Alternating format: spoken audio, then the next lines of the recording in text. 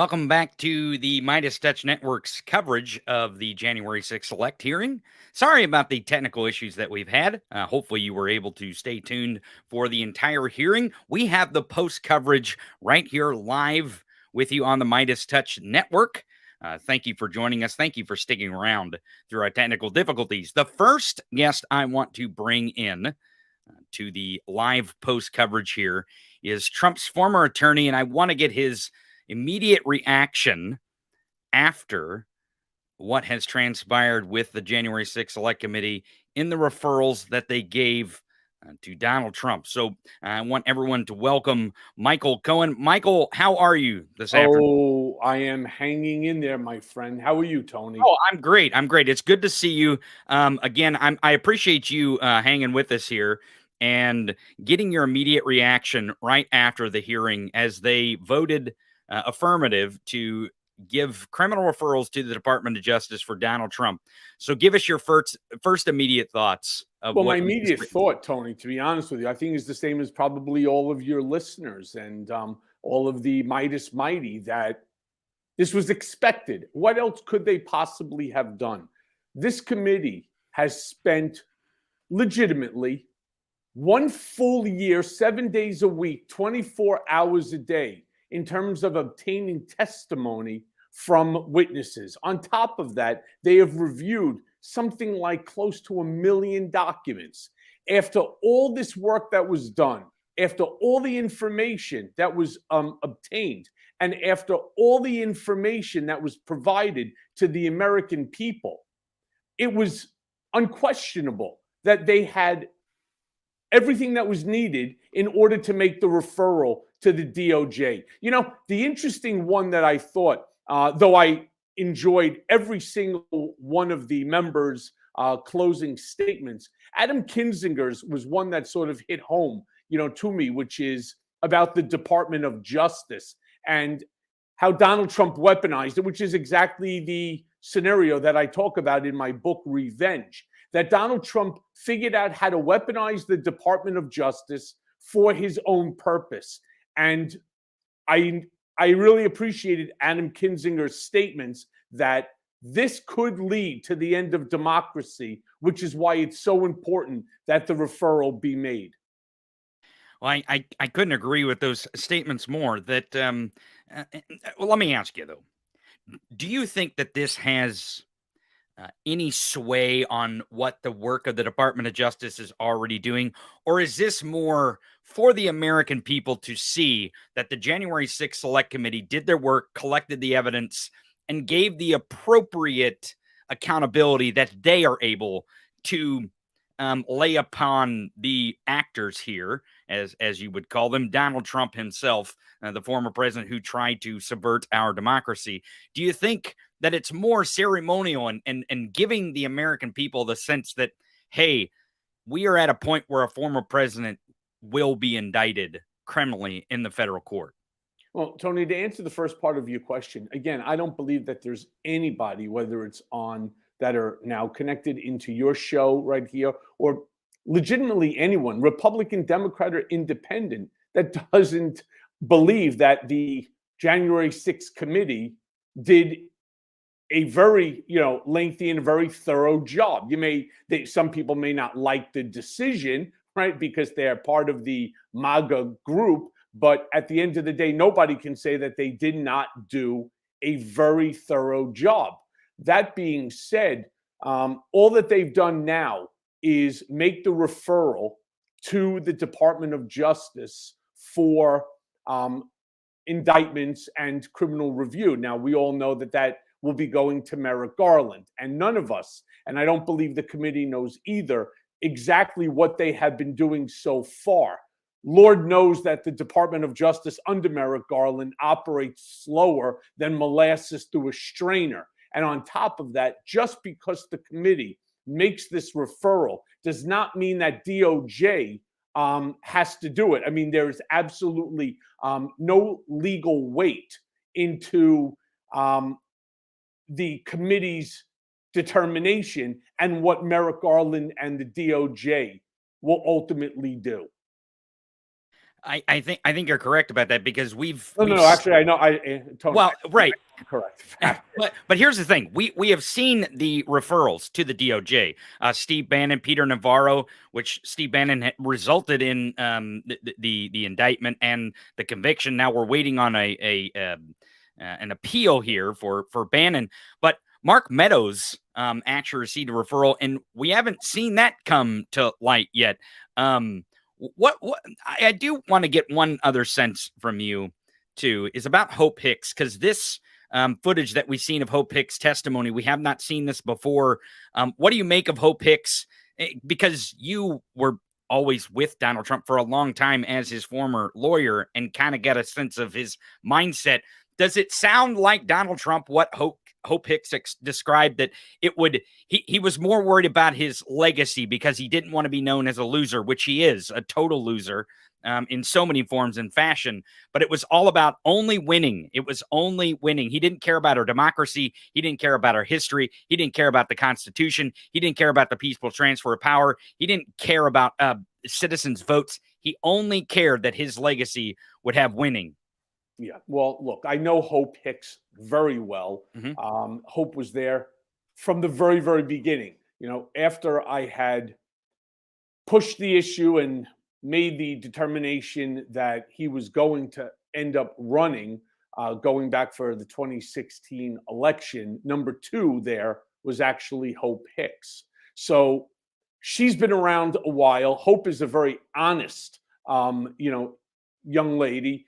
And to be very frank, she is spot on in terms of word for word what Donald Trump would say. He doesn't care. And how many times, Tony, have you and I had this conversation, or have I had it with, Ben, Brett, or Jordy, whereby I said Donald Trump doesn't care about anyone or anything other than himself. He doesn't care about the country. He's willing to burn the country down because the country rejected him in the re-election. Hope is spot on in what she said. That's all that he cares about, would be his legacy and the fact that he lost. So, look, I have no doubt that everything that she told the January 6th committee is accurate. She has her entire future ahead of her, and the last thing she's going to do is to jeopardize it for a man that she has seen throw under the bus,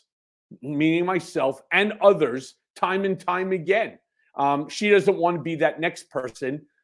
She wants to, go on with her life, which she's, of course, entitled to do. Well, Michael, I appreciate you joining us. Give us one last thought. What was the main takeaway that you think ultimately the American people will remember from this hearing today? That Trump's behavior, and I think it was Liz Cheney who made, once again, just a very powerful and a very poignant statement about her family's history, on how her great-great-great-great-grandfather had fought 4 years in the Civil War, and that no president in the history of this country has ever done to the rule of law what Donald Trump has done. And, there's the very famous clip of me sitting before the House Oversight Committee, whereby I stated that my biggest fear is that if Donald Trump loses the election, that there will never be a peaceful transfer of power. Now, you have to think about how wacky that statement must have sounded to so many people, considering it has never, ever happened in the history of this country.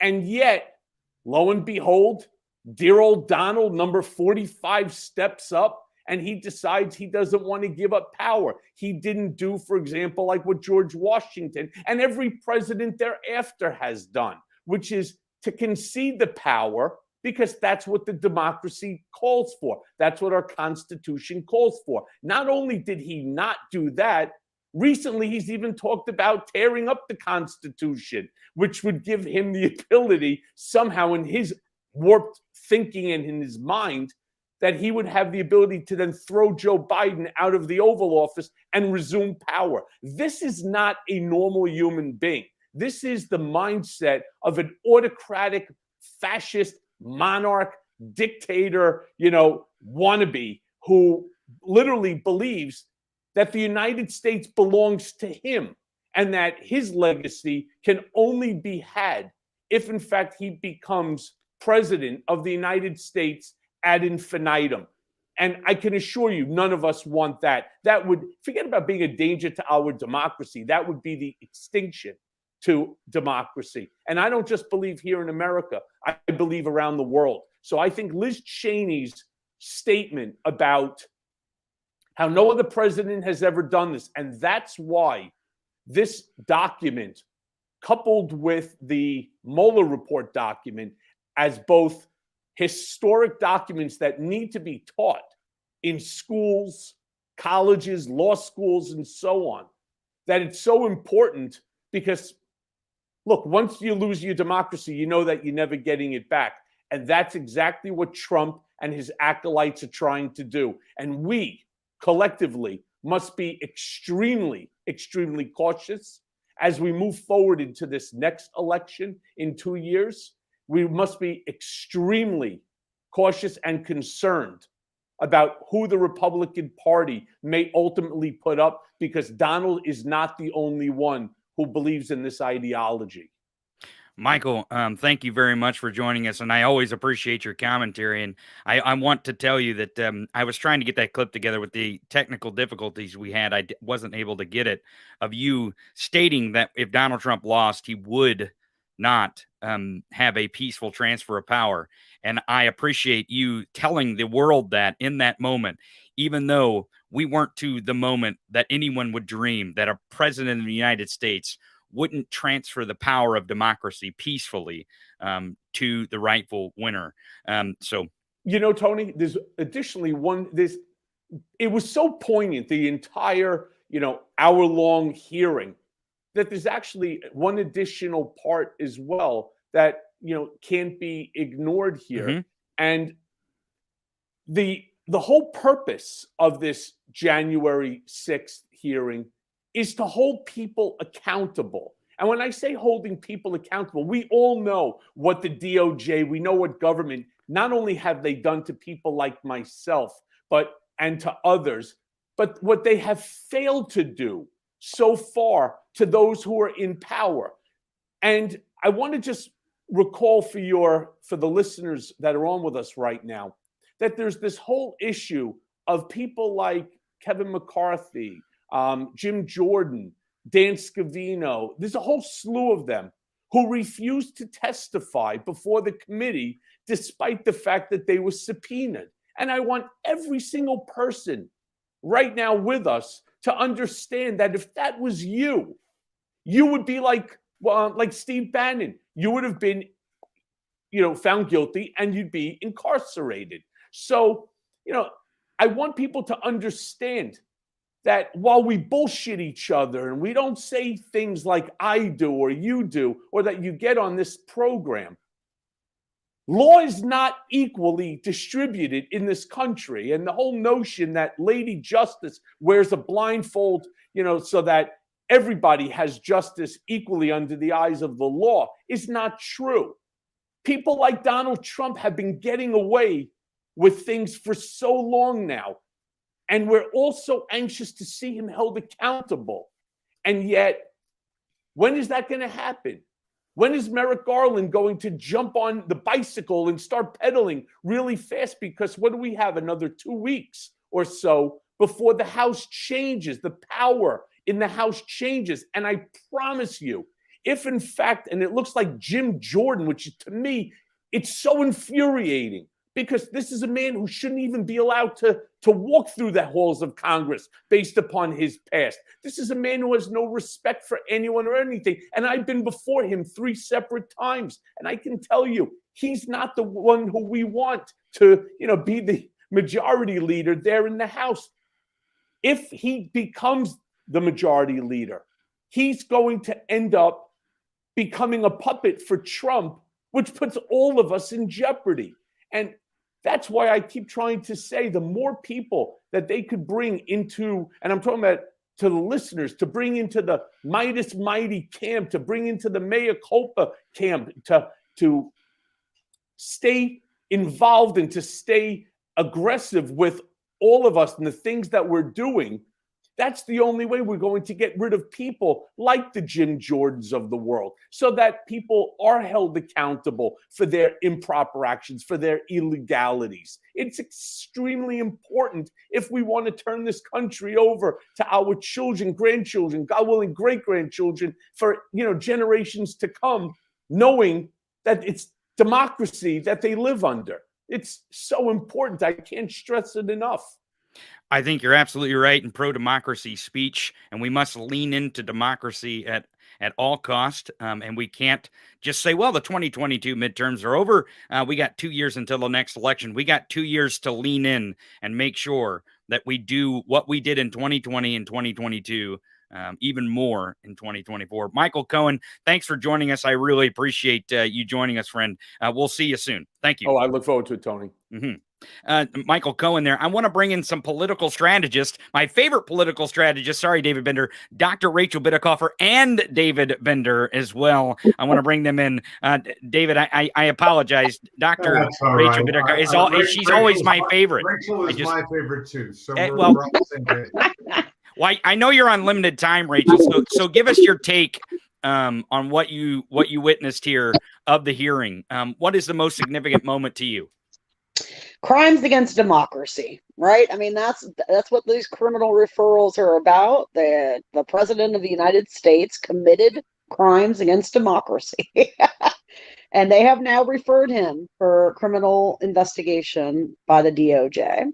We have to assume, and I think that there's some evidence to support this, things are moving at DOJ, and the bringing in of Jack Smith post-election, we've seen just a real pace change. So I get Michael's frustration, though. To date, there's exactly one Trump official who's been held accountable for the Donald Trump crime cabal, and that's Michael Cohen, right? He's the only one, because the rest of them, bought their pardons for coup at the end of the Trump administration. So we are still in a position where we've had zero justice. And, Michael's exactly right. We have to keep the focus on 2024. We have a party that punished every person that tried to make sure that we had a peaceful transfer of power. I mean, some, they were unsuccessful. They tried to primary out Brian Kemp and failed in Georgia. And, Rusty Bowers, though, the Arizona Speaker of the House, he's gone. He lost his seat. Nobody has been held to account by the Republican Party for standing everyone who has been held to account by the party has been the people who stood up for the rule of law against Donald Trump. That means to me that the party itself still presents a very live existential threat to the stability of the rule of law and the continuation of American democracy. And therefore, we must be painting them with a broad brush. I mean, when people ask me, well, who are the good Republicans? I can only really think of two people who were willing to put their careers aside to stand up for the truth of rule of law. And that's Adam Kinzinger and Liz Cheney. Okay. Everybody else, to some extent, there's some other people who have been occasional or modest critics, but they haven't really stood up to the party. And the fact is that both Liz Cheney and Adam Kinzinger were removed for doing so. So we really are facing a party-wide, threat with the Republicans, and we have to make sure that America sees the, collection or consolidation of power under Republicans right now as an existential threat. Rachel, can I ask you a question? Mm-hmm. We haven't talked. It's good to see you. We haven't talked since the midterms.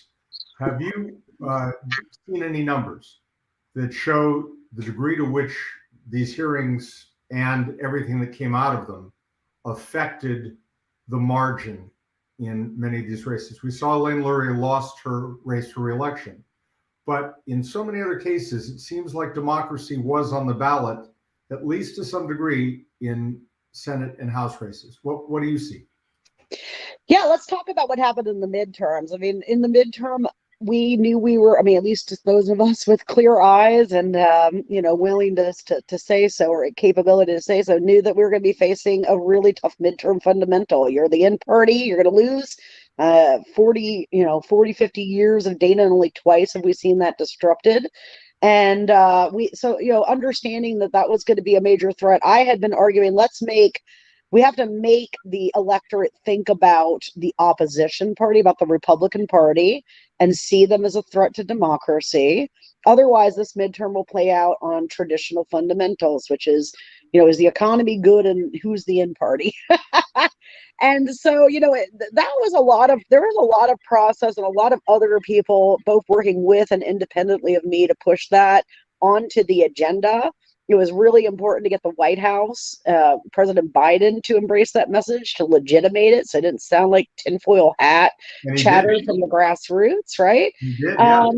I mean, to me, he is absolutely the leader for this time because he was willing to do it. It was absolutely politically dangerous for Joe Biden, especially with his reputation, his own brand of being like bipartisan Joe, to come out and tell America, hey, our democracy is under attack, existential threat from the opposition party. That is not a speech of President Biden would wake up and be like, hey, I get to go tell America Republicans are a threat to democracy. This is not something he would relish at all. And so it was really important to legitimate it, I think, from the top down, to have important political leaders like Biden and others, Jamie Harrison, the chair of the DNC, willing to say this election will determine whether we have free and fair elections and thus democracy. So we managed to do that. But, just yesterday, I was reminded about how much of a lift that was. Starting in January of 21, 22, 23, January, February, March of 21, you start to see this conversation effort to make the Virginia cycle about CRT a fake issue, a completely contrived scandal and controversy. And after a couple of months of that effort, what do pollsters do? They start putting CRT into the most important issue list, okay? Do you know what wasn't in the most important issue list of most surveys, or any that I saw anyway, prior to that? Was threat to democracy, even though they had tried to overthrow the fucking government, right? I had to basically shame America's pollsters. I'm like, yeah, so it's true that you're going to get people who are answering for CRT as their most important issue because they're being primed that by Republicans. You're going to put a fake fucking issue in there and legitimate it, by the way, because as soon as it pops up, well, then it must be a thing. It's got to be an issue, right? If it's on the list, CRT, it must be an issue. And you still haven't put threat to democracy when the other party's telling you 70% they think the president's illegitimate. So, getting people to talk about threats to democracy was a lift. And I feel like that lift really did allow us to have a winning message for the midterm that could survive a midterm effect. But at the end of the day, David, I do think it was reversal of Roe that provided a concrete application of loss of freedom and threat to democracy, because many of our folks especially are not as keen to run on abstract, hyperbolic abstraction, right? So I think it really did help at the campaign level, in Michigan and Arizona and other places, provided a very clear wedge, like a clearly defined issue to define freedom and threat and democracy around. So I don't know that we would have had the success that we had without Roe doing, aggravating our side of the coalition with negative. I would make the point that the two were connected up, because Definitely. It was 3 Trump justices. It was a Trump court. And if you connect those two things, this illegitimate person who tried to overthrow the Constitution also packed the court with people who tossed out a fundamental constitutional right. And those two things were not hard to connect if people made the argument. Well, I think you're both. I think you're both right in that you've got democracy and the threat to democracy, but it showed the proof in the pudding of what the threat to democracy was. It was, hey, they're going to take away not just your government, but they're going to take away your rights, your human rights, your women's rights, maybe your right to vote. I mean, where does it end? And they only proved in Arizona, for example, where Carrie Lake lost because of Gen Z, their first reaction was, well, take away their right to vote. And it's like, well, that is the reason why they voted you out. And I think the democracy transcended, not just through Roe and not just through January 6th, but the Republican Party is not for democracy. They are the threat to democracy. And I believe that showed in the election. Don't you, Rachel? Absolutely. I mean, here's us, because us, broadly speaking, people trying to win elections for keep Republicans out of power.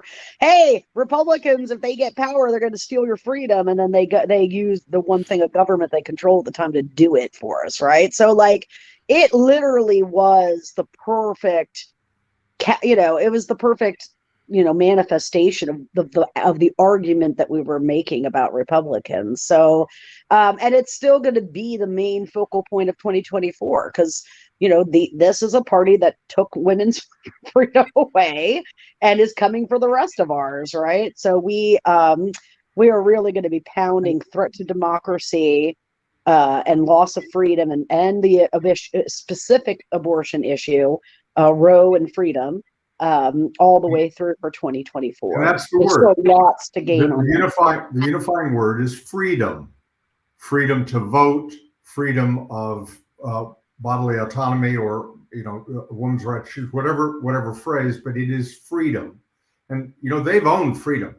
This has been the Republicans' thing. It's you're taking away our guns, we're free to do all of these things, and you're trying to limit our freedoms, vaccines, all the rest. Now we own freedom because we are the party of freedom. And that's going to be a distinction that I think will have a real difference if we claim that word. We gave it to them. We let them take it.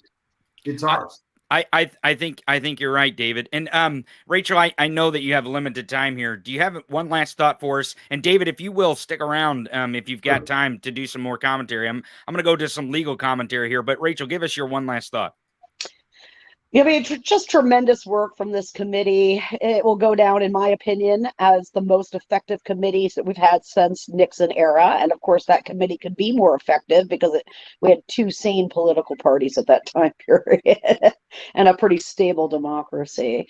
So, when you look at what the work of this committee was, it was to make sure that it was really clear that January 6th wasn't a tour of the Capitol. It wasn't spontaneous. It was a coup plot designed to overthrow the government, a multi-staged, multifaceted, multi-involved members all across the entire, Republican ecosystem, from local down to up to national, conspiracy to end American democracy. And it probably only failed at the end of the day because they deplatformed Trump off of Twitter. I mean, I think for me, what I would leave people with is that after Jan 6, the effort continued to get Donald Trump not to transfer power to Joe Biden after January 6th. Okay. January 17th, sitting members of our Congress in the Republican Party were texting the White House chief of staff. You don't get more direct to the president than the WHCOS. Okay. And telling him, declare martial law. We will never know if Donald Trump had remained on Twitter, if he would have done so. But I am convinced that his access to the megaphone that was Twitter for him would have been critical for him to see success in that pathway, because he would have been able to, tell people to take guns and go kill their neighbors too. The difference is that we can spell martial law. No, they couldn't. Yeah, and that's where they fail. Well, it's a stop. I agree with you 100%. Yeah. It So was happening on January 17th, and there was a megaphone. Rachel, what you did, by the way, just for the record, I know the work you were doing in this last 6 months, really working hard. Thank you for that. Dude, I'm just so grateful for everybody that listens to me. Tony for platforming me, David for you to lend your own credibility to my name.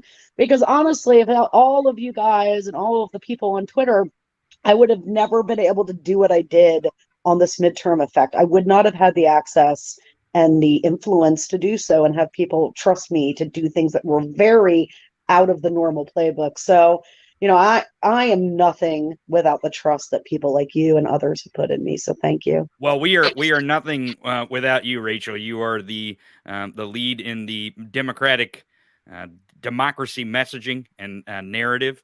You have a certain way of saying it. I have a certain way of saying things, and I feel like that is our true connection. Thank you, Dr. Rachel Bitecofer. David, stick around. I'll bring you in here really soon. Happy New Year, Rachel.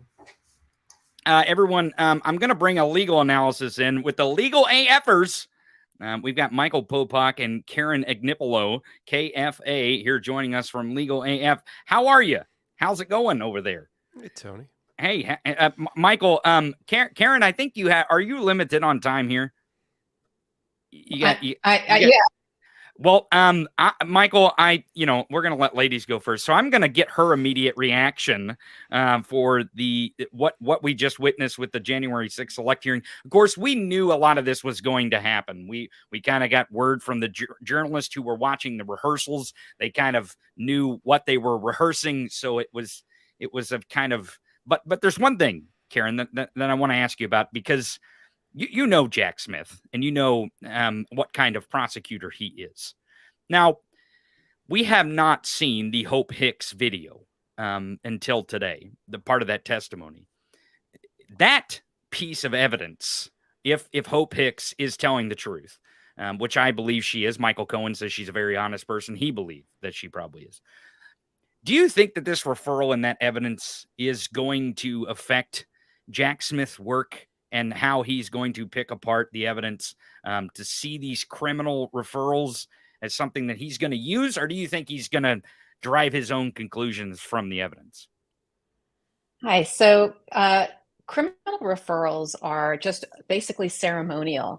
They're not necessary, and they are not usually done except in certain crimes that are committed against Congress directly, like things like if somebody refuses to provide evidence or testify.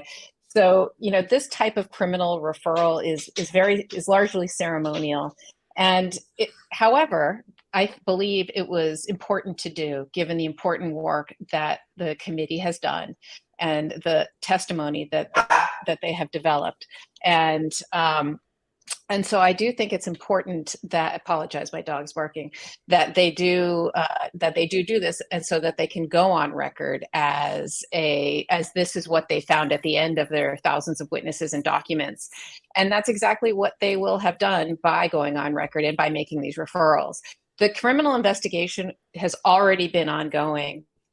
Jack Smith, who's an excellent prosecutor who I've worked with personally, who's nonpartisan and who's the real deal, he did not need this. What he needs is the committee to turn over all of their evidence, all of their witness statements, and everything they have. And he will look at it. He will make his own independent conclusion.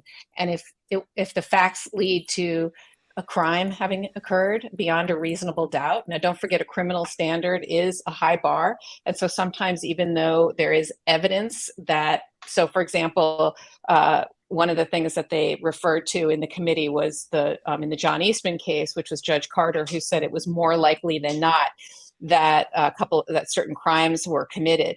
So more likely than not is a civil standard. That's the preponderance of evidence standard. But the criminal standard is beyond a reasonable doubt. So until and unless Jack Smith can find that any crimes were committed beyond a reasonable doubt, he cannot bring criminal charges. So that's what he's looking for, and that's what he's going to be doing by going through all of this evidence that has been developed and other evidence that Jack Smith is going to be able to develop himself, because he does have criminal subpoena power, and he does have the ability to do things like execute search warrants, etc. So I think he's going to develop even more evidence. And I think you will see criminal charges coming against Donald Trump and others. The one thing, and then I'll turn it over to my co-host, Michael Popak, that I found interesting about these criminal referrals was, just with respect to Donald Trump, was number one, they referred 4 different crimes. But what they didn't refer was seditious conspiracy, which I found somewhat interesting, why they didn't do that. The other thing that I thought was interesting is one of the charges that they are that they did refer the obstruction of an act of Congress or the obstruction of an official proceeding is actually under review right now by the DC Circuit in another case, based on what the Department of Justice has charged many of the rioters about whether or not that's applicable in the January 6th case. And that's going to go potentially to the full DC Circuit and potentially to the Supreme Court. So that is even in question about that particular charge is potentially even in question about whether or not that can be used with regard to January 6th. So those were sort of the two comments that I wanted to make about the particular charges. But in general, like I said, this was a largely ceremonial but important last step in the select committee's work. And I thought the opening statements, especially the first two by Benny Thompson and Liz Cheney, were, they gave me the goosebumps. It's just from a patriotic kind of, wrap yourself in the flag sort of way. And I give them a lot of credit. They've done great work. So let me ask you real quick before we go to Popok. Jack Smith personally. So the question is, does he really eat nails for breakfast? We were trying to determine this earlier. I didn't know if he ate bowls of nails. He looks like a guy who eats nails for breakfast. Okay. I was just checking. He's actually, let me just tell you, he's actually a really nice person. Sure. He's very unassuming. He's not kind of, he's just a nice guy. Okay. He's a nice guy who isn't, like I said, I have no idea what his politics even are. He's an athlete. He was a triathlete, so he's pretty hardcore. And he's just he's a balls and strikes caller. He's never had an agenda other than searching for the truth and seeking justice. And that was always his reputation. He just believes in doing the right thing, and he's a true public servant. So he is definitely the right guy for the job. And I think he also, just one other thing, he knows how to build cases, which is an important skill set for a prosecutor. It's not enough to just know how to investigate. You have to know how to also build a case and put it together. And he is a case maker. So if there's a case to be made, Jack Smith can do it and will do it. Well, great. I'm Brett's in the green room. I'm glad we got confirmation that he only looks like he eats nails for breakfast. He doesn't actually eat nails for breakfast. Tony, Michael Popok, go ahead. What is your main reaction to the hearing? Go ahead. I'm gonna clarify something that Karen just said. I think he eats lightning and he craps thunder. Oh, okay. Well, that may be. For those that are Rocky maybe not fans, nails, lightning, thunder. For those that are from my generation, they'll understand where I was going with that. You want to start with the hearing today? Well, yeah. What is your thread? Yeah, go ahead. I want to pick up a thread with my co-anchor because she threw it in there, but I want people to understand. While I admire everything about the Jan 6 committee and what they've done in now 9 sessions or 10 sessions, gavel to gavel, and yes, the way everything was presented, being dealt the hand that they were dealt by a Republican Party that refused to participate in a bipartisan fashion, the way that they did in Watergate, left them no choice but then to go down this format, which was very powerful and very effective. Yes, there wasn't cross-examination. There weren't as many live witnesses. If you look at old tapes from Watergate in the 70s, what the American people had available to them now or then. But having said that, given the hand that they were dealt, I think they did a masterful job. I think we're all going to be supremely blown away by their reporting. However, I do have one bone to pick with the Jan 6 committee. Go ahead. You heard them say at the very end, off of a motion by Jamie Raskin, who again, as we had hoped it would be Jamie Raskin doing the criminal referral part of the presentation, Professor Raskin, constitutional law professor Raskin, and it was. However, he said permission, I'm paraphrasing, to Benny Thompson as the chair, permission to send to the Department of Justice relevant portions of our material in support of the criminal referrals that we're making. Wrong. All of the material, I see my former prosecutor, current anchor, is nodding her head. All of the material that they have developed should have already, frankly, in parallel, been turned over to the Department of Justice months ago to allow them to step into the shoes of the Jan 6 committee and progress that forward. Instead, it's a little known reporting, we've done it on Legal AF, that there has been turf war and a tug of war between the Jan 6 committee and the Department of Justice. Right before Jack Smith was appointed in a big press conference with Merrick Garland, the other major thing Merrick Garland did was like make another demand on the Jan 6 committee publicly to turn over their 1,000 plus witness statements, some under oath, some not, hundreds of thousands of pages of documents, and turn that over. Now, having said that, the Department of Justice has, even though they get a lot of grief for the velocity at which people think they're operating, which I don't think is reality. I think they're operating at such a higher level of velocity, almost the human eye can't catch how fast that they're moving, and we think they're not moving at all, right? It's like that hummingbird whose wings move so quickly. People don't think it's moving. The wings aren't moving at all. They're moving rapidly, and now turbocharged with Karen's former colleague, Jack Smith. They have developed not the best evidence yet, but a better quality of evidence, the Department of Justice, because in the last 3 months and in the last 2 months, they've been able to do that which the Jan 6 committee has never been able or is not empowered to do, which is to force lawyers and members of the West Wing to drop their attorney-client and executive privilege and testify compelled testimony. There's only so much the Jan 6 committee can do. Members of Congress that decided they did not want to go to the Jan 6 committee, they didn't go to the Jan 6 committee. And maybe they'll get censured by January 2nd before the new Congress comes in, or maybe they won't, but that's about it. A couple of referrals for contempt the Department of Justice took up. But the Department of Justice in the last 3 months, in Judge Beryl Howell's courtroom, the chief judge overseeing all grand juries that Jack Smith is now responsible for, has methodically stripped away all attorney-client privilege and all executive privilege, forcing these people to testify to the grand jury. So the quality of evidence, and that's, I think, a number of the members of today's committee referenced it. Even Jamie Raskin referenced it, that there is more that the Department of Justice has to connect the dots than even the Jan 6 committee was able to do because of people refusing to testify. The other staggering thing, besides the obvious, Donald J. Trump, former president, for 3 or 4 different crimes, including the crime of insurrection, which takes him out of the running from ever being, forget about running for office, he couldn't run for office constitutionally.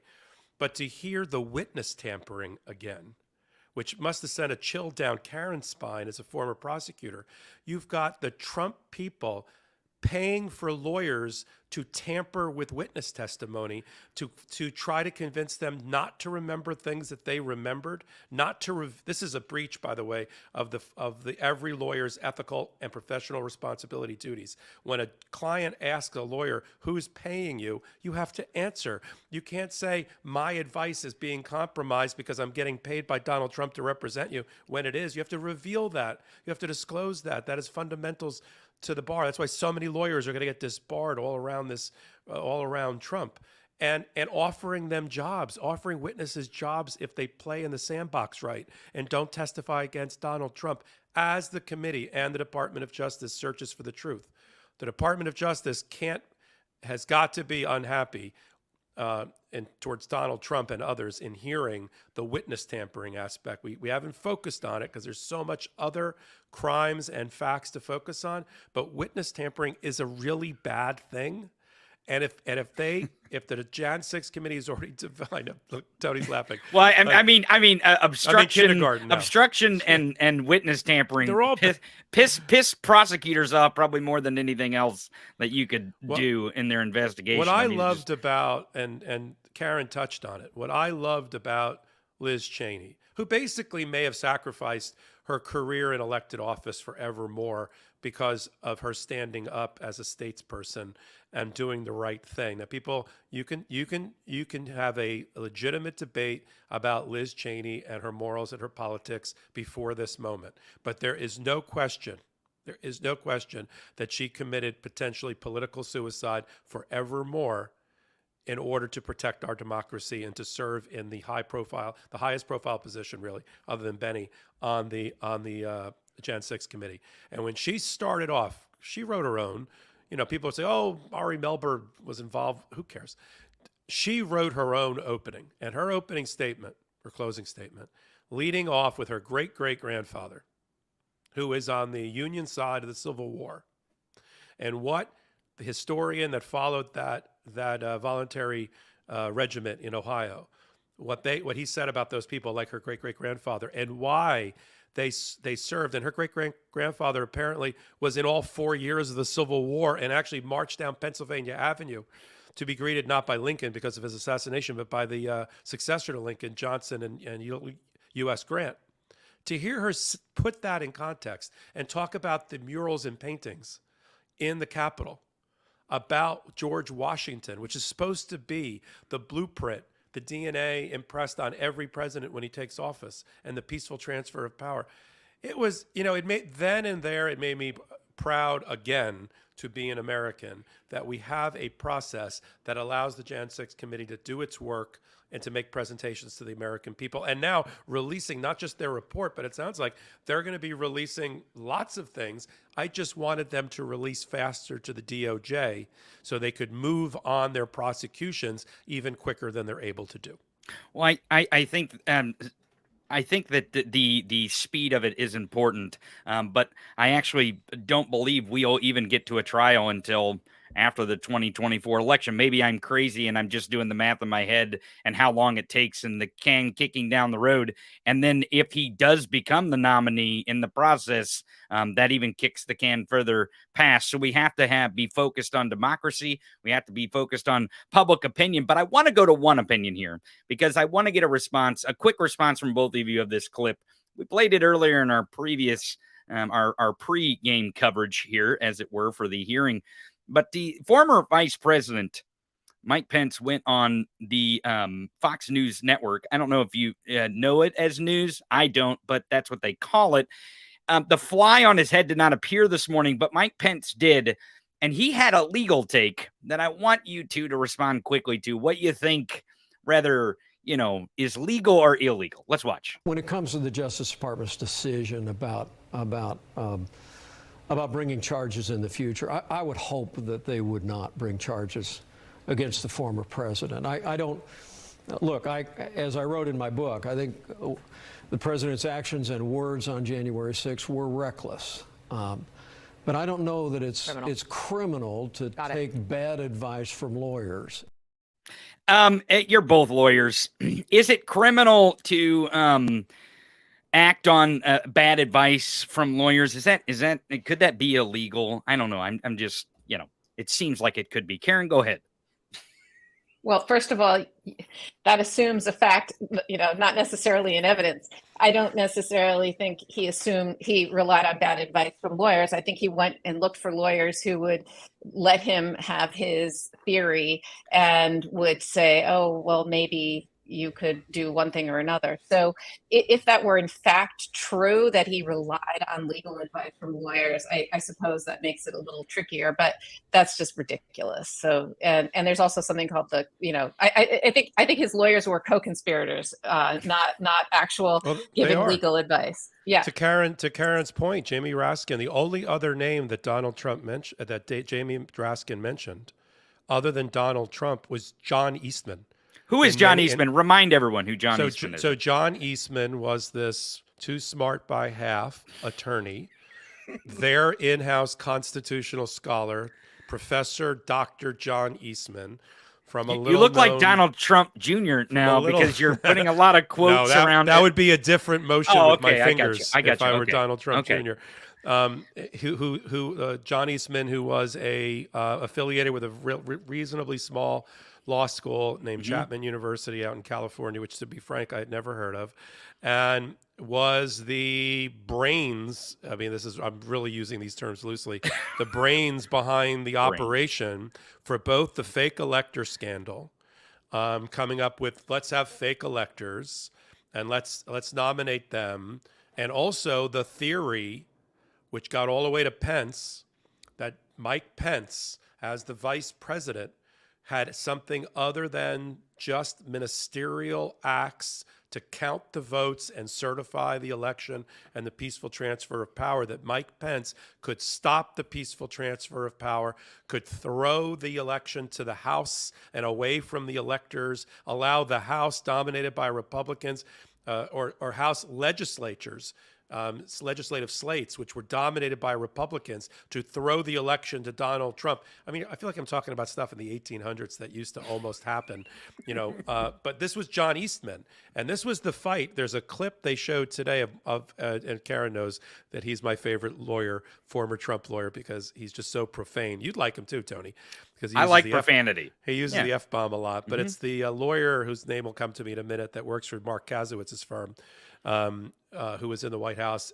Karen, do you remember his name? And he Hirschman. said to Hirschman, and Hirschman said to John Eastman, when John Eastman ran these theories about Mike Pence by Hirschman said two things that they'll be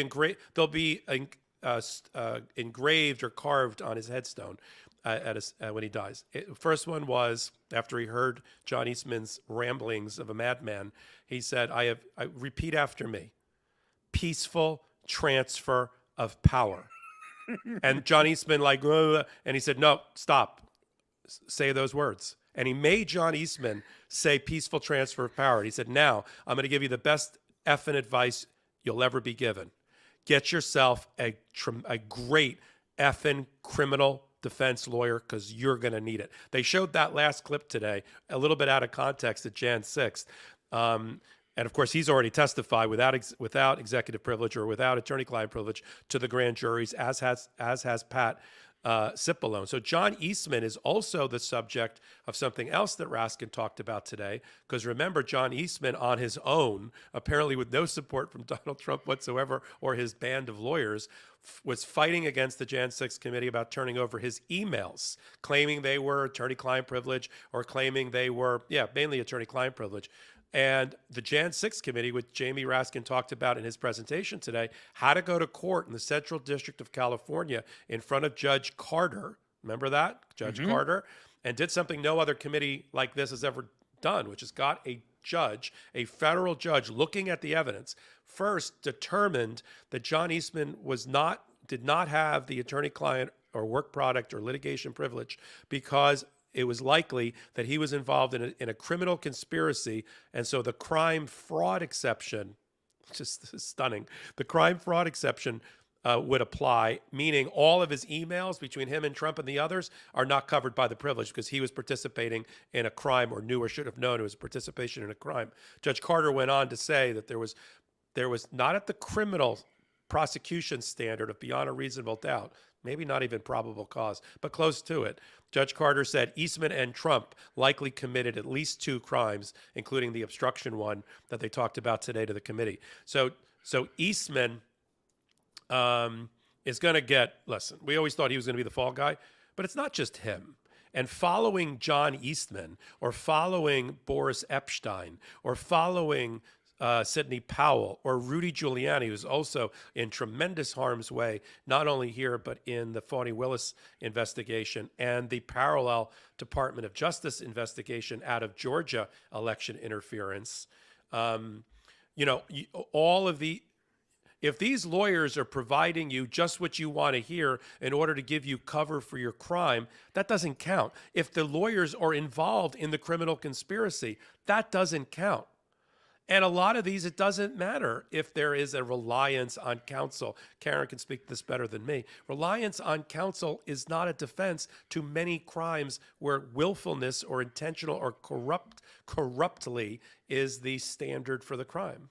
It sounds like to me, and I've got to go to some other commentators here. It sounds like to me that if you're co-conspiring as a lawyer to commit crimes with your client, it's still crime. It sounds like that is the conclusion. So everyone go check out Legal AF on the Midas Touch Network. Subscribe right here. If you're on there now, you'll see Legal AF. Karen, thank you for joining us. Popok, thank you as well. We'll see you soon, my friends. Thank you. Bye, Tony. Mm-hmm. Bye, thank you, Karen. See you tomorrow. So I'm going to go to Jessica Denson and David Bender here, and then we will follow up. And me, Gabe Sanchez, and Texas Paul, we're going to close this coverage out in great style here. But I want to bring Jessica Denson back and David Bender. Hello. I'm glad you guys stuck around for a few minutes. And I know you guys had some comments for the commentary that has been going on. So, Jessica, let me start with you, and then David will go to you. Jessica, you've been listening to the commentary here. What have you found most interesting about the takes that we have here on the Midas Touch Network of the coverage, and also the hearing and some of these, either the legal or the court of public opinion, maybe? Well, so many threads to pick up on here. Since I have my fellow freedom fighter with me, David, I will pick up on that thread, because I think it really it will bring me into a major point that I want to make. Yes, the Democrats, led by candidates like Josh Shapiro, really took back the banner of freedom. And I talk about this endlessly, because it is that one human need that we all have for freedom that the Republicans have hijacked for so long. It was most certainly what kept me wrongfully misled on their in support of them for so long, was thinking that they were the party of freedom. Thank God that we are finally waking up to the fact that they're not just not the party of freedom, they're the party of authoritarianism, they're the party of dictatorship. They want to dismantle everything that keeps us free. And so, yes, amen to Democrats reclaiming that. And really, I hope, the other candidates that sort of took some more niche issues to run on really look at candidacies like Josh Shapiro's and see what a winning strategy that was. It's such a universal, it has such a universal appeal, and it's the truth. The Democrats own it. On that line of the Democrats owning freedom and representing it, and the Republicans being really the party of dictatorship and authoritarianism, I think what we have to really brace ourselves for as indictments come, and I think I expect them to come. They must come. If our democracy is to survive, Donald Trump must be indicted. The evidence is there. We have to brace ourselves for these gaslit narratives that are going to be coming, especially with Kevin McCarthy and the Republicans controlling the House of Representatives. There are going to be all kinds of false equivalencies made between Trump and his corrupt criminal family and Hunter Biden. You know, you're going to hear this. You're going to hear Biden crime family, this obscene statement that couldn't be farther from the truth.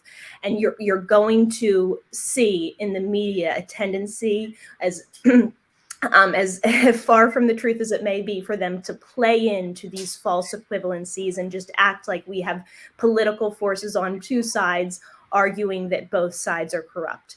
We have to be in constant narrative correction mode to clarify who really did the factually criminal behavior, and understand why prosecution of that criminal behavior is appropriate versus political attacks and persecutions that really come from the Republicans, although they are always accusing the Democrats of being the political persecutors. And I'm going to have to jump here soon, so I'm going to loop back to what Michael was saying, Michael Cohen, in the beginning of this post coverage. He was talking about the political persecution of the DOJ under Trump, and this is so vital to never forget, because the Republicans will try to cast these upcoming indictments as political. We never had a more politically motivated, corruptly influential on a Justice Department president than Donald Trump, persecuting his perceived enemies, trying to silence them. I, of course, lived through this, having my livelihood threatened, nearly facing bankruptcy for expressing the truth and my First Amendment rights as it pertained to a sitting president and his campaign.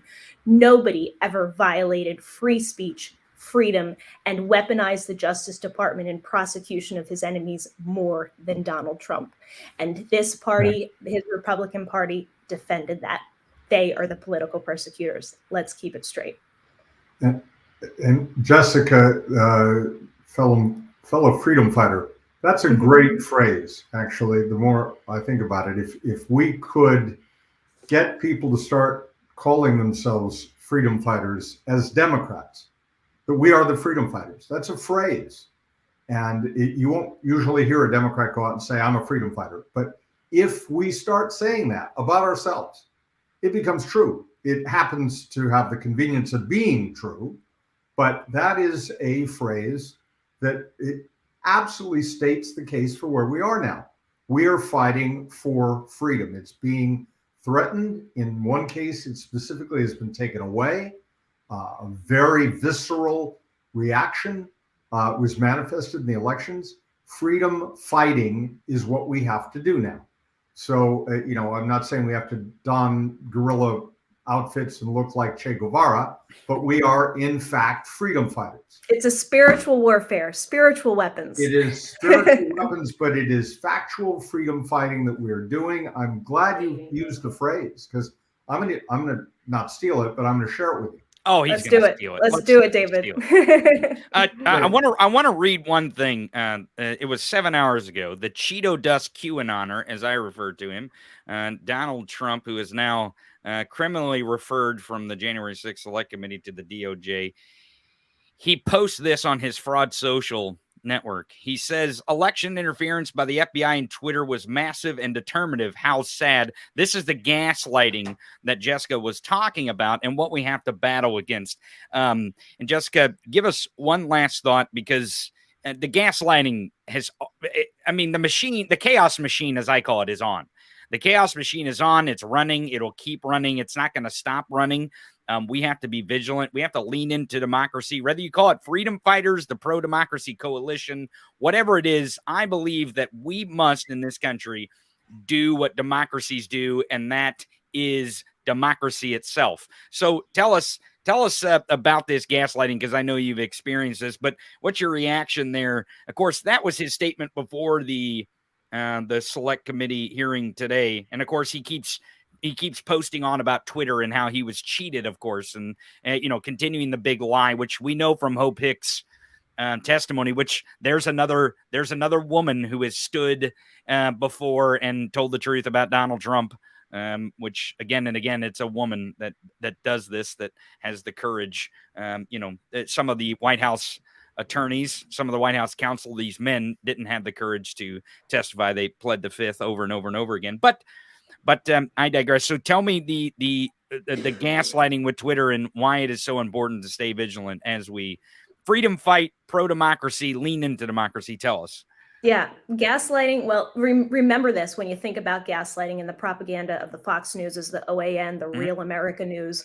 This is Russian propaganda. This is authoritarian propaganda 101. It is not just, gaslighting. What is gaslighting? We hear this word so much. It's making people question their own sanity. And the effect that it has is it literally presents an inverted image. Up is down in this world. Freedom is dictatorship.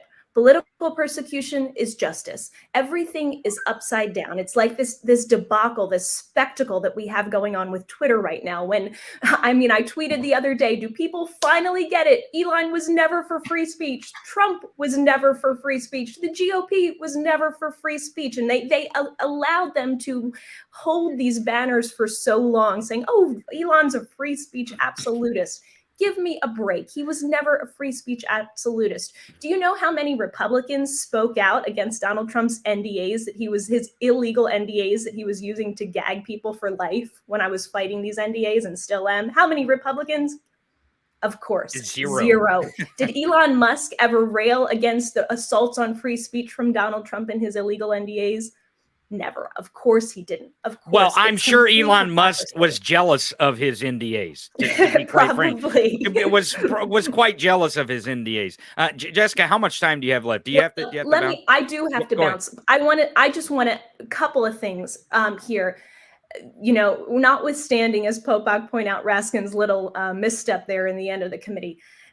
I just have so much appreciation and gratitude for these committee members, for Liz Cheney, for Rep. Loria, who lost her seat, for Representative Murray and Lofgren and Kinzinger. Who am I leaving out here? I don't want to leave anybody out, but these public servants have just been exemplary models of courage, of dignity, of integrity. Representative Raskin, I will never forget, in 2020, I was in Georgia. I'm working to get Warnock and Ossoff elected the first time. And I heard the news of his son who he lost. And just to remember how he has put that pain to purpose, this eloquent, I heard somebody say on television the other day that Representative Raskin is almost too eloquent or too elegant for cable news. This man is such a model for all of us, and I'm so grateful for the work he's done. And speaking of women, we'll bring it back to women. The tour de force that is outgoing House Speaker Nancy Pelosi. Never forget how she constructed this committee. This was supposed to be an independent commission. The Republicans, sabotaged that effort, and Nancy Pelosi deftly, with all of the skill that she has, did not allow this to become a circus with people like Jim Jordan sitting on it. She took back the reins, and look at this beautiful bipartisan committee that she constructed, the truth that they have brought out, the light that has shone forth. We as a people have so much a debt of gratitude to Nancy Pelosi, to this committee, to the Republicans, two, if they're only two, that stood and put their careers on the line and put the truth out for the American people in the world. Well, thank you, Jessica, for joining us. And I think you're right. Women are going to save democracy. They will save the world. And frankly, us men have messed it up long enough, so we should just turn it over to them. If you want my personal opinion. Speak for yourself. Jessica, thank you. I know David, you have to go. Happy New Year. Thank you so much. Thank you. Happy Hanukkah, Merry Christmas, and Happy New Year, Let's fight everybody. for freedom in 2023. Absolutely. We're going to do it. We'll talk to you soon, my friend. David Bender, I want to ask you, the court, because today was the court of public opinion, really, right? That's what exactly it was, right? It wasn't a criminal court today. There wasn't actual criminal charges. It was just a referral from us, right? This is what I try to get my viewers to understand, that we are the government. It is us. It is the people.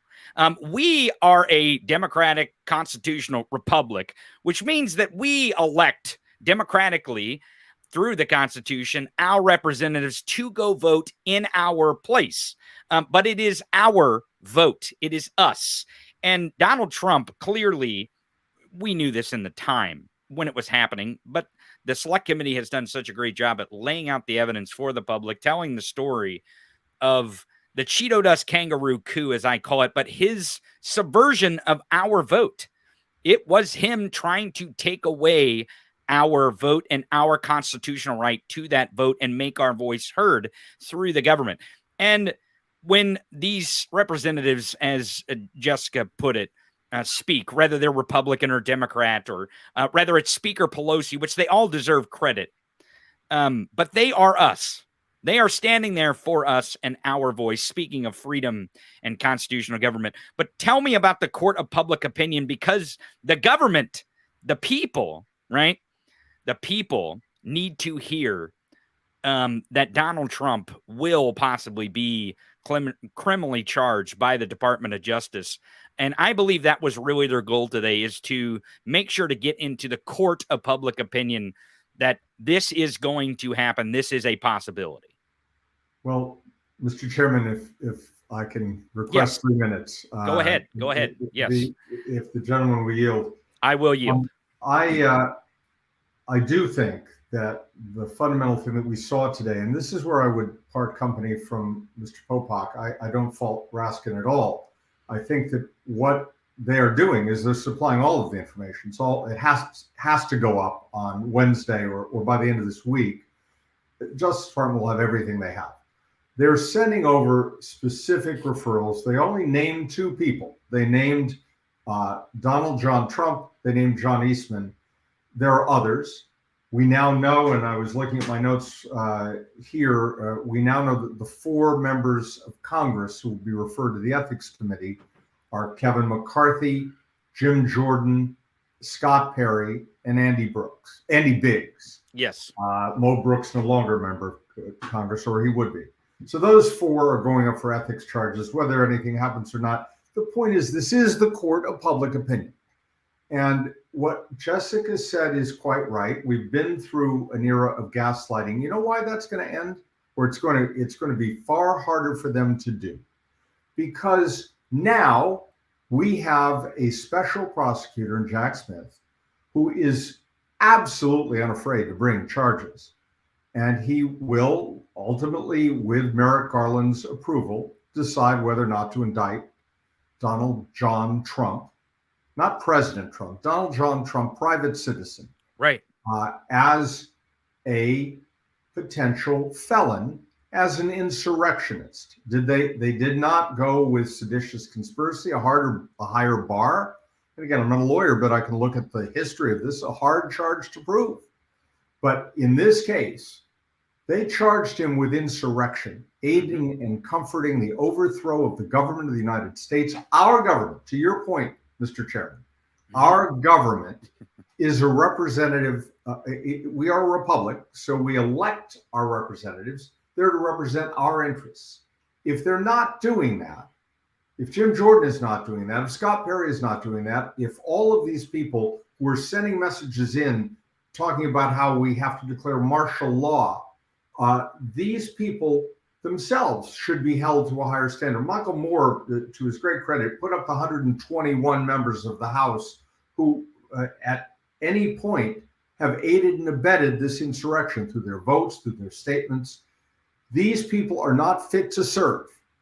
And then if some of them ultimately are either removed through a court of law or they're removed in the next election because they're insurrectionists, then we will no longer have, a 5-margin Republican vote, and good luck to Kevin McCarthy holding that caucus together. But the truth is, what we have seen today was the most important thing we could see after a year and a half.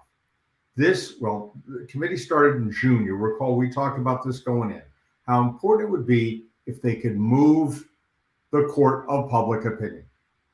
They did that. That's what we saw in all these public hearings, culminating in today. We had a 10-minute video that recapped it all. I bet you that's going to go viral. I assume you're going to play it at some point.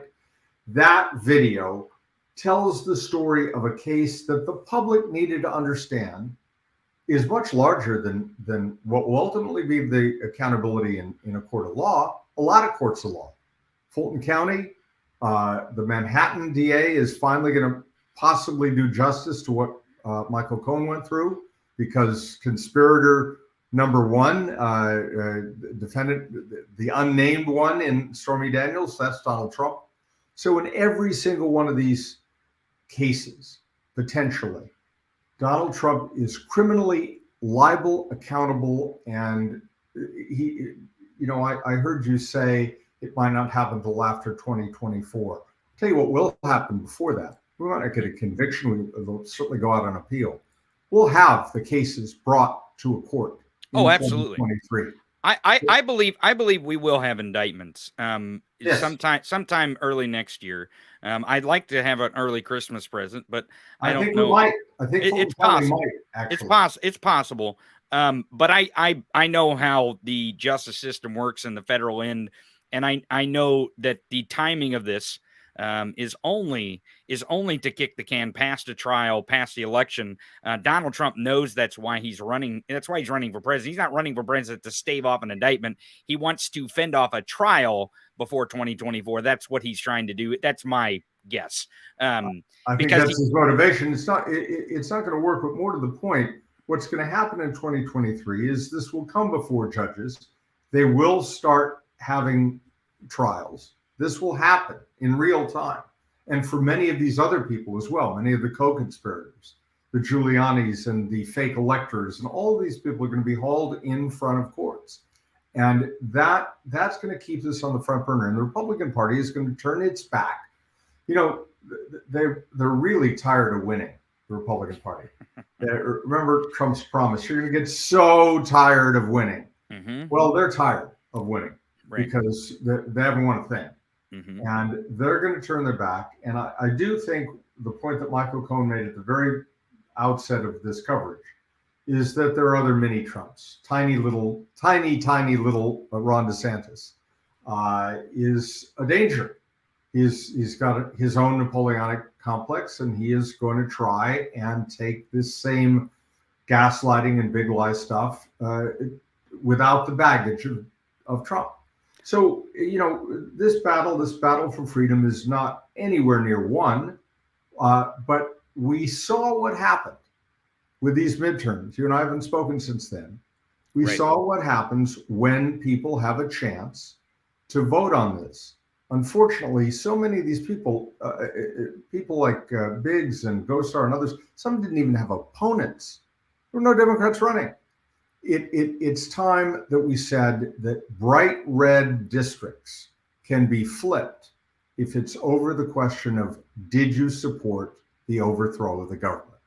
I agree wholeheartedly, and I think the court of public opinion will see what is today. And like I said before in the earlier coverage, Americans will believe, wrongly, that Donald Trump was actually indicted on criminal charges today. That's just how information works in our world today, unfortunately. But I don't know that that's a bad thing. That may be not a bad thing. It's a great thing. Right. It may be a little bit of the intention is to convince the American people that he already is criminally charged. David Bender, thank you for joining us today. I appreciate your commentary always. Come join the show. Come be back on the podcast. It's been I a will while. absolutely be back. Happy New Year. Happy holidays to you and yours. And you too. Be safe. Be safe, and have a great holiday. We'll talk to you soon, my friend. Okay. Thank you, Mr. Bender. So I want to bring in my co-host, and then he's become our also co-host on Tuesday, Texas Paul. But today's Monday, but it is Texas Paul Tuesday all of a sudden here on the Midas Touch Network and the Tony Michaels podcast. Fellas, how are you? I know we've had some technical difficulties, and it's been a while since we've been on the screen today. So Gabe Sanchez, Texas Paul. I know it's usually a Texas Paul Tuesday, but here we are Monday. We're on the Midas Touch Network, and we have such important stuff to talk about now that we know Donald Trump is a criminal officially, well, at least in the eyes of the committee, which we knew this. We've been talking about this for a long time. Actually, I want to remind everyone, while you're here, make sure to subscribe to the Midas Touch Network. You'll get great videos from personalities like Ben Meiselas, legal takes on this, I'm sure. Gabe Sanchez, you're probably already writing a what was that? And then Texas Paul is definitely going to be at the cussing pond, I'm sure, within the next, 5, 6. He's always at the cussing pond. What am I talking about? But go ahead and subscribe also to our channel, The Tony Michaels Podcast. You don't want to miss a single episode. Tomorrow we will have Texas Paul back on, as long as he's not worn out from today, for Texas Paul Tuesday. We do every single weekday, Monday through Friday, noon Eastern, 11 Central, 9 Pacific on YouTube, Twitter, and Twitch. We do 2 full hours of commentary. Tuesdays just happens to be the day that Texas Paul joins us. But again, it feels like Tuesday you're here, Texas Paul. What was your immediate reaction? What was your immediate reaction, Texas Paul, of this meeting? I was just thinking about what it's got to be like down in Mar-a-Lago today. Donald Trump's ass is in a crack. I mean, it isn't so deep in that crack. I mean, are you talking about his ass crack, or what are you talking about? See, I wanted to finish with us three because screwed. This is how it works. He is so screwed. We got 18 U.S.C. 1512, which carries a maximum of 3 years for obstruction and tampering. We know there's going to be multiple counts of that. You've got USC 371, which carries a max of 5 years, the conspiracy to commit offense in defrauding the government. There'll be at least one count of that, probably more. 1001, the Martha Stewart statute. She went to jail for 5 months over 1001, lying to federal investigators. He's looking at a max of 8 years because this involved terrorism. He's looking at a max of 8 years on that one charge alone. And this is the worst case scenario. They're charging him with insurrection. The sentencing, normally you hear about these federal sentencing guidelines and they're like super high and you're like, oh my God, he only got 6 months when there was 12 years on the table. Yeah, but this is worst case scenario, folks. He pushes the needle on those sentencing guidelines way the hell up there. Way the hell up there. And then, of course, we've got the sexy one, insurrection. That'll be the hard one to prove.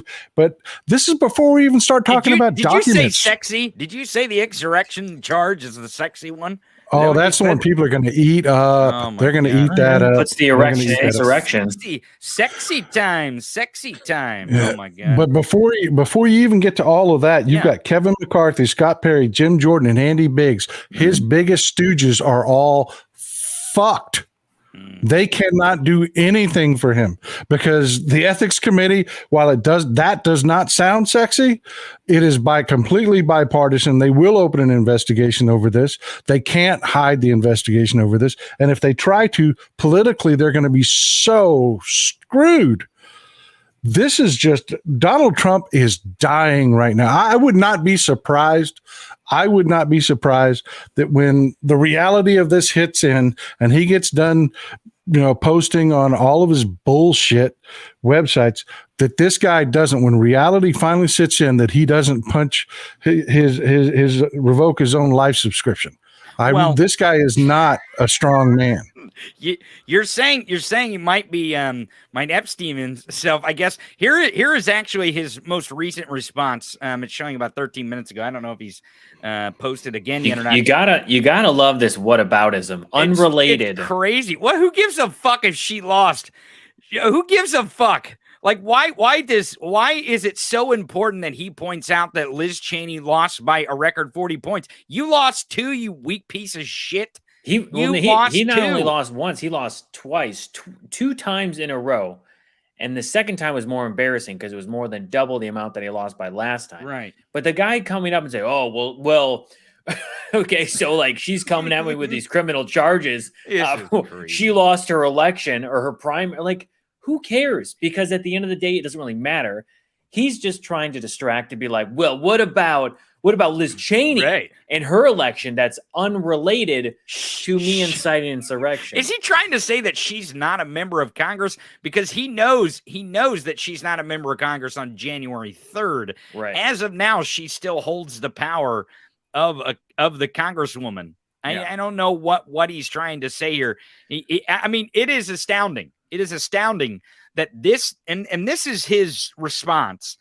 He's written a little bit about Twitter here, which is, I guess interesting at best this morning, but this is his actual response 15 minutes ago that Liz Cheney lost by a record 40 points. That's his response, Texas Paul, to the country now. And I know this sounds crazy, but Texas Paul, the majority of people who are going to hear this news are going to believe that Donald Trump is now criminally charged for January 6th. That is what they're going to believe. That's the other big thing that why he's losing. I guarantee you, losing his fucking mind right now. He is absolutely going into orbit. Is because Popok was absolutely right. There was a turf war going on between the January 6th committee and the DOJ, the administration. The administration was saying, "Give us what you got and give it to us now," and the January 6th committee said, no, we're going to do our thing and we're going to finish this up and then we'll give it to you. Well, now they get it all. Mm-hmm. Every last bit of it. Plus, they're going to have special little packages for all of these criminal referrals. Right. And man, I just did the quick math on this, guys. If he's just facing 3 counts of obstruction and tampering, okay, just 3, he's looking at a max of about 32 years. On just this. This is before the documents case. This is before Manhattan. Let me tell you something. Before Georgia. I don't know how they incarcerate him because he is a former president. We've never done that before. Like we never crossed that Rubicon. So I don't know how they incarcerate him. But I will tell you, I guarantee you Donald Trump at least gets a dirty 30. And if people out there don't know what a dirty 30 is, that's 20 years hard plus 10 years probation. And I don't know that he'll make it through the Big Macs and buckets of KFC. Well, I mean, he's what, got an ankle brace or not. Right? Yeah. He's 76. How old is this guy's screwed. And when I talked about this earlier, 76. And I've been saying it since he ran, that this 76-year-old fat slob is not running for president to fend off indictments. He knows they're coming. Mm-hmm. Jesus Christ. The clip I played of Mike Pence, and I'll play it here in a second so we get a response. Mike Pence knew that it was going to be Donald Trump and John Eastman's name today. Fucking Pence knew that. That's why he was on Fox News blaming it on the attorney, blaming it on John Eastman, as if John Eastman came up with this whole idea for Donald Trump to be the fucking dictator or some shit. Get out of here. Like Karen and Popok said, he was looking for an attorney who wanted him to be the dictator and give him the reason to be the dictator. Donald Trump only runs on confirmation bias. We've seen that again and again, and that's true of his history. He just needs a yes man, someone to agree with him, someone to say, yes, you are right. Yeah, how can I do that? Mhm. And then we also saw that in, I don't forget, maybe it was the fifth hearing that we had. But it was, I think it was in that one where he was like, hey, so what about this Italy conspiracy? And everyone's like, that's not a real thing. Satellites don't change the outcome of votes. He says, yeah, but we need to investigate. We need to get Department of Homeland Security. We need to seize these machines. And people are like, what are you doing? Why? Yeah, This I think it doesn't was make any I sense. think it was Hirschman. He's like, what the fuck? And Hirschman, that's some of the best footage in the testimony, to be quite honest with you, where he's like, what the fuck are you talking about? That is the most ridiculous thing I have ever heard in my entire life. You're an idiot for even having that thought in your brain. But it's the same thing that the Italy satellites, the machines being compromised, the ballot boxes, 2,000 mules, all this nonsense, all this QAnon garbage is the same thing as what he just posted not but 20 minutes ago on True Social. It's a distraction. It's gaslighting. It's whataboutism. What about Liz Cheney? Like, who gives a fuck about Liz Cheney? Yeah. The committee's done, man. They did their job. And now there's criminal referrals, which they don't need them. But again, I want to go back to this point. They do not need a criminal referral from Congress. And they, I mean, Department of Justice and Jack Smith. They do not need a criminal referral to indict this motherfucker. They do not need that. They don't need a one. Now, the most important thing is that I'm telling you, when the American people hear this news that Donald Trump has been criminally referred to the Department of Justice, they are going to believe that he has been indicted.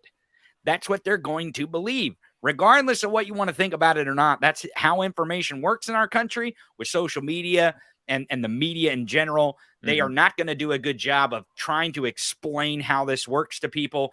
And I think the Select Committee knows that. And I think that's their intention here, is to make sure to drive public opinion that, hey, an expectation more than anything, Texas Paul, the expectation is Donald Trump is criminally charged. So when DOJ and Jack Smith announced this, it's not going to be a big deal. There's not going to be this unrest that he continues to try to stoke, and the stochastic terrorism that he continues to try to stoke. He thinks his violent supporters are going to save him again, and they're not. They're just not, Texas Paul. He can't. No, they've seen people going to jail. They're not going, and they've seen this bullshit trading card grift. The magic spell is broken on enough of those people. Nobody's going to throw their lives away again. But I tell you what, they are doing. The Republicans are going on offensive. What they're doing is they're accusing Jack Smith of being a Democrat and in the tank. It's a political prosecution. They're saying he's in the tank for Democrats, and the proof they're offering is that John Edwards wasn't convicted. And if you don't know the fucking machinations that bring us to that, I mean, my first question is, most people don't even know who fucking John Edwards is, Texas Paul, because it's been so goddamn long. Like, who gives a shit who John Edwards is? Who gives a good goddamn? Jack Smith headed the Public Integrity Division of the DOJ. He was freshly appointed. When the decision was made to prosecute John Edwards, John Kerry's running mate, for taking about $500,000 in trying to make sure his wife didn't find out that his mistress had a baby. Listen, this right here is a good example of how fucking delusional the QAnoners and MAGA is. I mean, they are absolutely off their goddamn rockers that they believe that they can spin this message to be a working narrative. They are pinned in a corner, and there is nothing they could do. Listen, this John Edwards narrative is going to go over like a wet fart in a white thong. There's no way that this is going to go ahead, Texas Paul. But this is the thing. They're not even close to reality on it. They're just making it up as they go. They're saying Jack Smith prosecuted John Edwards and he got away. He didn't prosecute him. He wasn't the prosecutor on the case. He didn't approve the case. The case was approved by Lenny Brower. I don't know if you remember him. He was Holder's assistant. Everybody was shocked when he approved it because the case was a fucking wet dog to begin with. They couldn't prove that these folks didn't just give him the money because he was John Edwards. They had to prove that it was for his campaign. They couldn't prove that. And John Edwards made fools out of those prosecutors in that trial. I mean, he basically openly mocked them in court when he was winking at women and shit, and he knew it. And again, if that's their comparison here, they're really screwed. Well, what's worse is, I mean, best actually is it's like everything else they do. They try this bullshit and they end up looking like shit because the guy that actually started the prosecution against John Edwards and did the investigation was a guy, his name was George Holding. He was a federal prosecutor down in North Carolina. The guy immediately resigns, doesn't prosecute the case, and runs as a fucking Republican for the House of Representatives. Wouldn't you know it? Wouldn't you know it? I mean, Gabe Sanchez, but we do this every week, though. Yeah. Like every fucking day we do this where we see these arguments. I mean, we literally went in Texas, Paul. I can't wait till tomorrow till we talk about the Trump trading cards because I know we're going to get on the subject tomorrow with you. But here's the thing. We went that day that shit dropped. What was it? 15 minutes before our show started, we had a thumbnail made. Yep. We had a title and the Trump trading cards dropped. And I said, that's what we're doing. We're going with mocking that just a joke of a thing.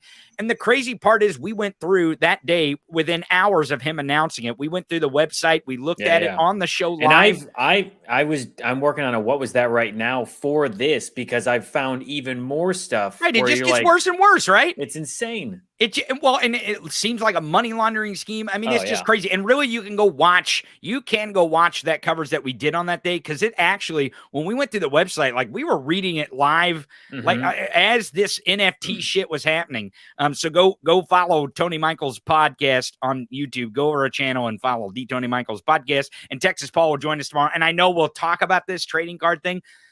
But Gabe, this is the same shit over and over. This John Edwards thing, the CRT, they're always making shit up. Gas prices. I mean, we're going to get cock committees. That's what we're going to call them here on my show, the Tony Michaels podcast, on Hunter Biden's laptop. Right. And I mean, when you bring up the cards and gasoline is a good point. These people who complain about inflation and gas prices, we were so willing to drop $99+ to buy this digital trader card because it had Trump's face on some stock image from the internet. They stole it. They stole the image.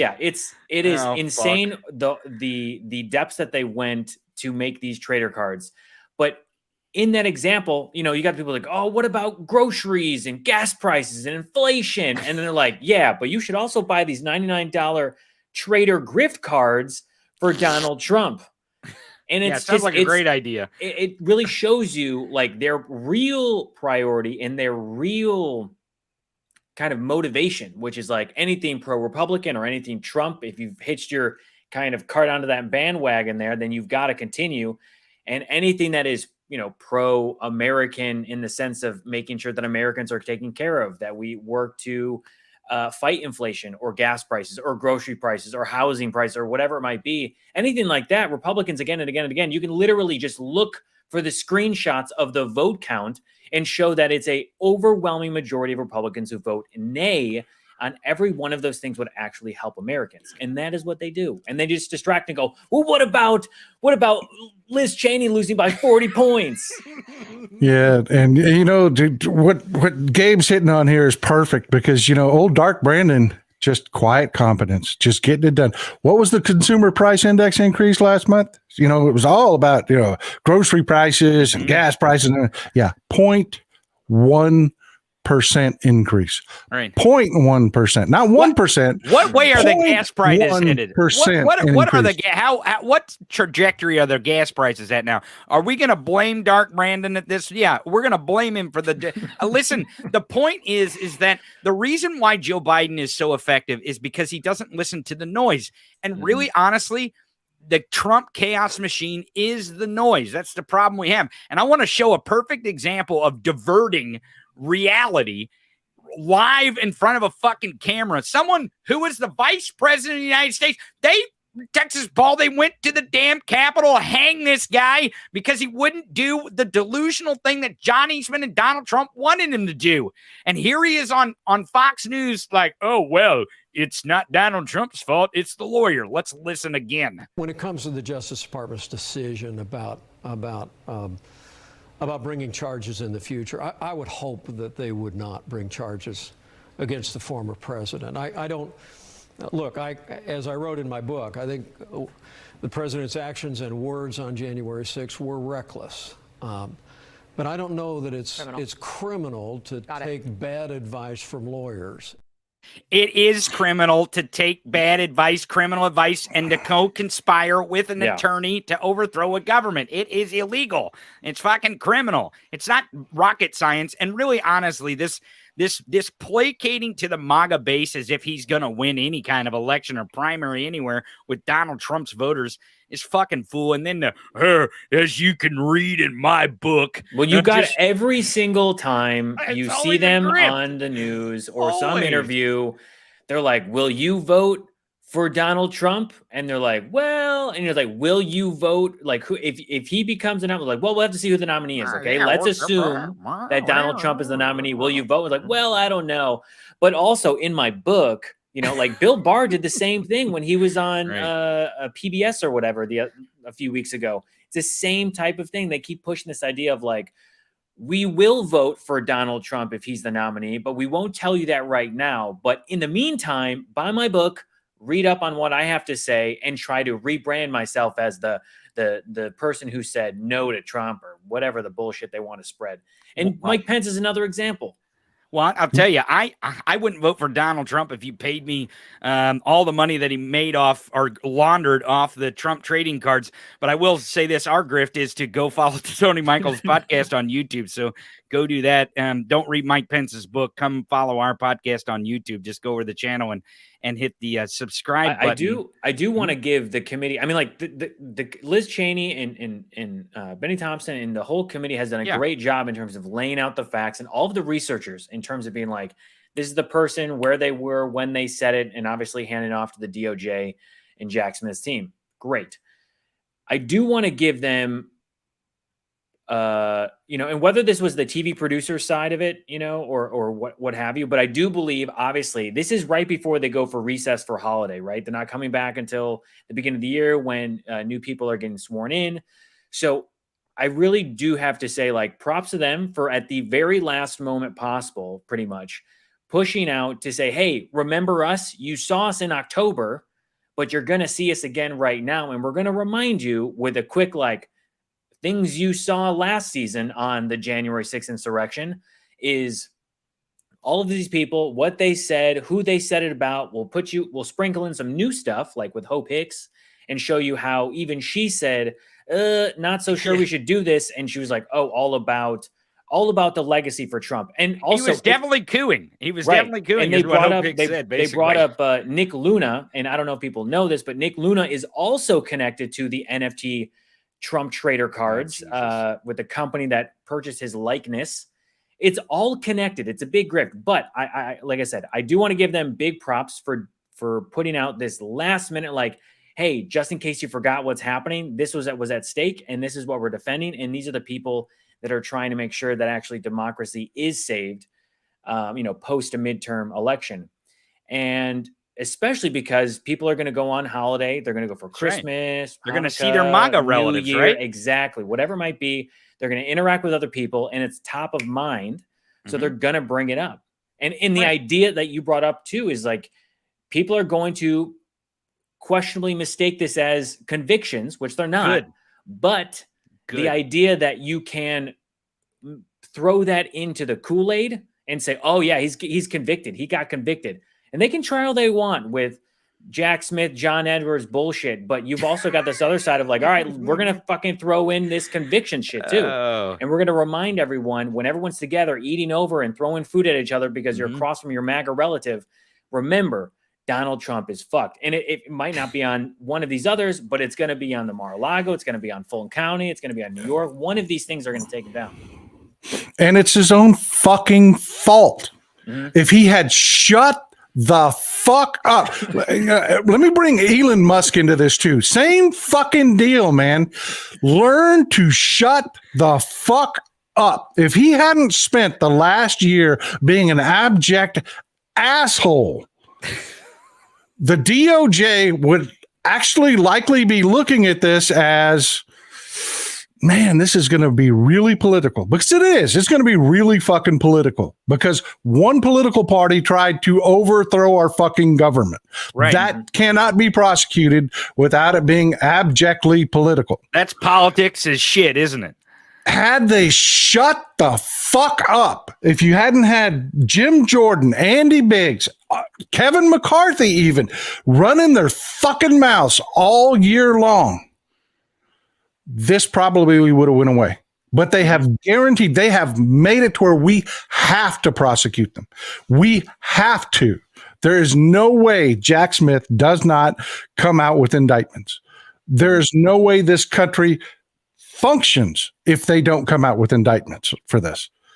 Donald Trump's mouth has put him in prison. You know, look at Peru, look at Germany. They both had coup attempts. In jail immediately. Immediately. This country has the most lenient judicial system for fucking wealthy old guys in the world. So they can scream all day long, oh, we're victims, we're picked on. Oh, bullshit, you're not in fucking jail right now. Mm-hmm. You should be in jail right fucking now. You have been given every opportunity to just shut up and go away. Couldn't do it. Nope. Could not do it. Well, they can't. Yeah, they won't do it. They won't do it. And we talked about this before on the show, and I know we'll talk about it tomorrow, but we're at the top of the hour. And I want to thank the audience for putting up with our little snafu with audio earlier. I think if I can pull that front, the pre-game coverage of the hearing, I'm going to pull that video and see what the audio is like, Gabe Sanchez. And if that audio is good, I'm going to post it on our YouTube channel. See if Midas Touch wants to post on their channel too. So go follow at the Tony Michaels podcast on YouTube. It's the Tony Michaels podcast. Go subscribe there. If that video is working and the audio is good on the part that I can pull, then I will repost it so you can actually hear it. There was a lot of crackling. I think our connection was bad or something. I could hear fine. We could hear fine in the broadcast, but it wasn't connecting to the stream properly. Right. So I appreciate the audience sticking with the hearing, sticking with the coverage, sticking with the commentary. And again, Gabe, Texas Paul, thanks for joining us too today and waiting till the very end. Always the funnest trio that we have here. The three amigos, as it were, I guess, maybe we should be known as. But tomorrow, Texas Paul, I want to talk more about the Trump trading cards on Tuesdays with Texas Paul on Taco Tuesday. So everyone tune in. Again, go to the Tony Michaels podcast on YouTube. Hit that subscribe button. We'll do Tuesdays with Texas Paul. But if you're on the Midas Touch Network right now, if you're on their channel, hit the subscribe button as well. You're not going to want to miss a single video. I know that Midas Touch is going to break down every single part of this hearing and all the media that will come with it. And what I mean by that is the response or the non-response from the Republicans, because boy, are we going to get plenty of response from these morons and plenty of gaslighting and lies and bullshit, whether it's John Edwards or Mike Pence saying, well, if attorneys give you criminal advice and you follow it, you're not a criminal, I guess. So whichever commentary it is, everyone, thanks for joining us here on the Midas Touch Network. Again, I want to thank all the guests that we've had for these 10 hearings. I could go down the list, but I would forget someone. But everyone from the legal AFers to Michael Cohen to Jessica Denson to David Bender, Dr. Rachel Bidikofer, and everyone else in between. Thank you for joining us, and thank you for giving us your time and making sure that you know this information to take it out on Christmas and deliver it up to your MAGA Uncle Earl. And make sure that while we still have the big audience, can I throw a shameless plug in? Absolutely. Every Sunday, except for this Sunday because of the holidays, come see me on my YouTube channel. I do Sunday Coffee with Texas Paul. It's 11 o'clock Central, so you listen to me and go straight to the game. That's it. So go follow Texas Paul. Just type in Texas Paul on the YouTubes. And his channel will pop up. Subscribe to him. Again, subscribe to the Midas Touch Network here. You don't want to miss a single one of those videos. And do us a huge favor. Go over to the Tony Michaels podcast channel and follow us there as well. Fellas, it's been a great run on these select hearings, and I'm glad you've been here for every single one. And we've kicked ass, took names. And I usually say on my show, surf's up, motherfuckers. So guess what? We're at the end. Surf's up, motherfuckers.